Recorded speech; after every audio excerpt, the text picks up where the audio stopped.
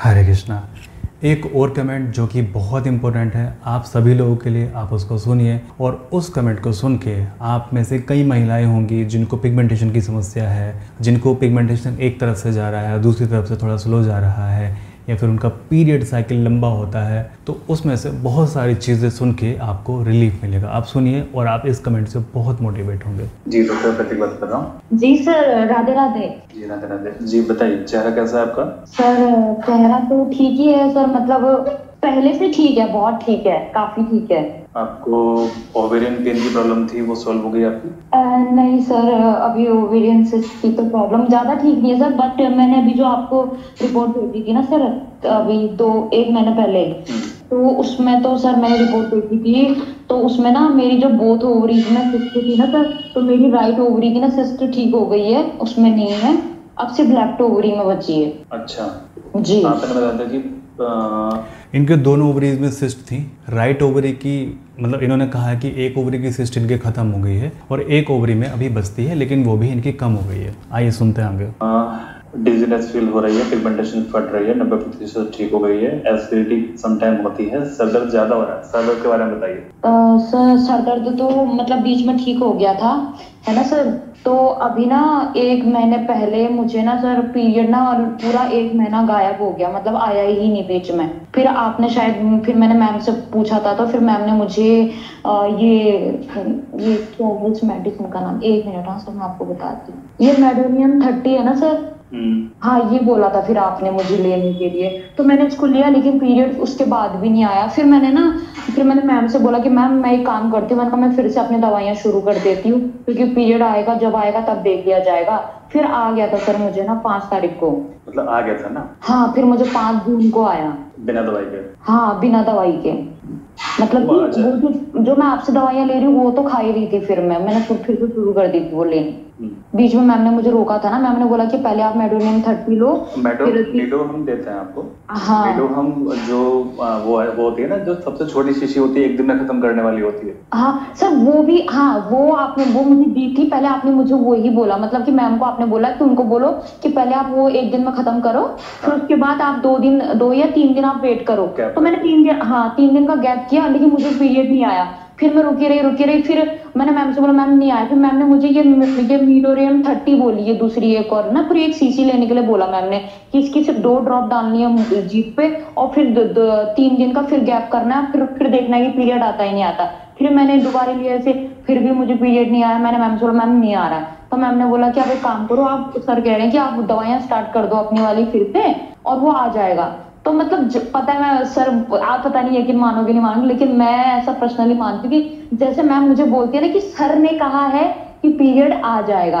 पता नहीं जैसे मैम ऐसे बोलती है ना कि सर ने कहा है, तो मुझे ना विश्वास हो जाता है कि हाँ आ जाएगा, सर ने कहा है तो आ जाएगा। तो मैंने ना उसके बाद टेंशन छोड़ दी कि हाँ मतलब आ जाएगा, सर ने कहा है तो फिर आ जाएगा। फिर मैंने वेट किया, मेरे को 3 दिन हुए थे दवाई लिए हुए, आपने तो मुझे दे रखी है वो लिए, मैंने कहा चलो देखा जाएगा आ जाएगा करके, तो 5 तारीख को फिर मुझे आ गया था। हाँ ऐसा होता है ना कि देखो, क्योंकि ये जो होम्योपैथी मेडिसिन है ना, ये जबरदस्ती कोई चीज लेके नहीं आती। हाँ एलोपैथी मेडिसिन तो आप आज खाएंगे कल को आ जाएगा, जबरदस्ती का काम हो जाएगा वो तो। और बट ये जो मेडिसिन होती है, ये नेचुरल तरीके से जो आपके शरीर के अंदर चीजें होंगी, नेचुरल तरीके से, फिर उसके बाद में यह चीज होती है, इसलिए थोड़ा सा वेट करना पड़ता है सर। जो ना मुझे ना पता नहीं पीरियड लेट होता है ना सर, मुझे पता नहीं अपने आप टेंशन स्ट्रेस पता नहीं कैसे आ जाता है। मतलब मैं नहीं चाहती हूँ कि मुझे स्ट्रेस आए, लेकिन फिर भी मेरा दिमाग ना बार बार वहीं दौड़ता है कि मुझे पीरियड क्यों नहीं आया।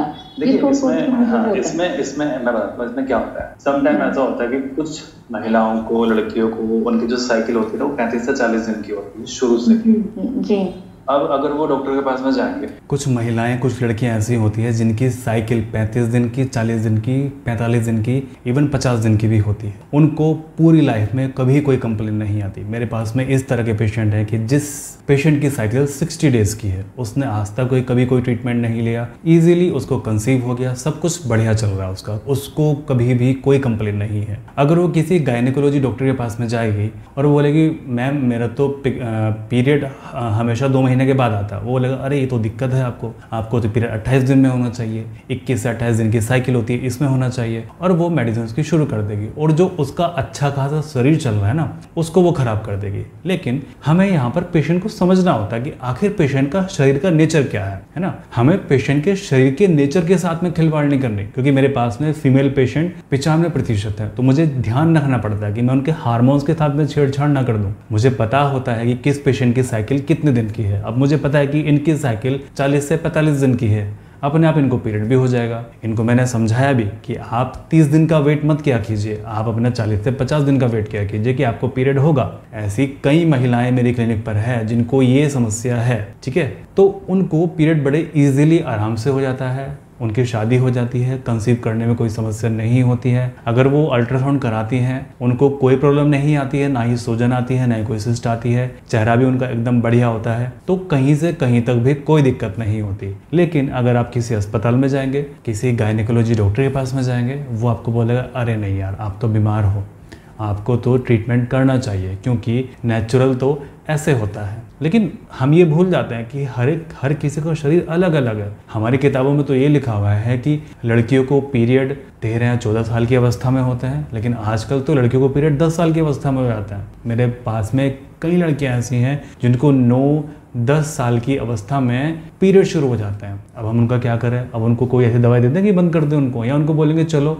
आजकल तो बच्ची को हो जाते हैं पीरियड इतने समय में। तो टाइम के साथ में चीज़ें बदलती हैं। पहले हमारी उम्र 100 साल हुआ करती थी, हर कोई 100 साल से ज़्यादा जीता था। आज की देख लो, आज के लोगों की कितनी उम्र है। पहले दिल का दौरा पड़ने से बहुत कम लोगों की मृत्यु होती थी, आजकल तो जवान लोग भी दिल का दौरा पड़ने से लोगों की मृत्यु हो जाती है। तो टाइम बदला है, शरीर बदला है, तो जो हमारे डॉक्टर वाले फंडे हैं ना कि ये नहीं तो ऐसे ही, ऐसे नहीं तो उसको भी बदलना पड़ेगा according to patient body structure. हमें पेशेंट की बॉडी के स्ट्रक्चर को समझना पड़ेगा, ठीक है। सुनते हैं। ये तो डॉक्टर उनको यही बोलेगा कि आपको प्रॉब्लम है भाई, आप दवाई कर। जो मैंने अभी आपको समझाया वही मैंने इनको समझाया था, इसलिए मैं इनका ऑडियो थोड़ा सा स्किप कर रहा हूँ। हार्मोन स्टेटस सबका अलग होता है, तो साइकिल भी अलग होती है। जैसे मैंने कहा कि हार्मोन स्टेटस सबका अलग होता है, क्योंकि हर किसी का शरीर एक जैसा नहीं होता, तो कई बार साइकिल अलग वर्क करती है। और वो भी ऐसा होता है 100 में से 5 या 10 लोग केवल 100 में, अगर 100 महिलाएं हैं तो 100 में से 90 महिलाओं को तो 28 दिन की साइकिल ही होती है। लेकिन जो 10 महिलाएं होती हैं, किसी की साइकिल हो सकती है 21 दिन की हो, किसी की साइकिल हो सकती है 20 दिन की हो, और किसी की साइकिल हो सकता है कि 35 यानी कि 35 दिन की हो।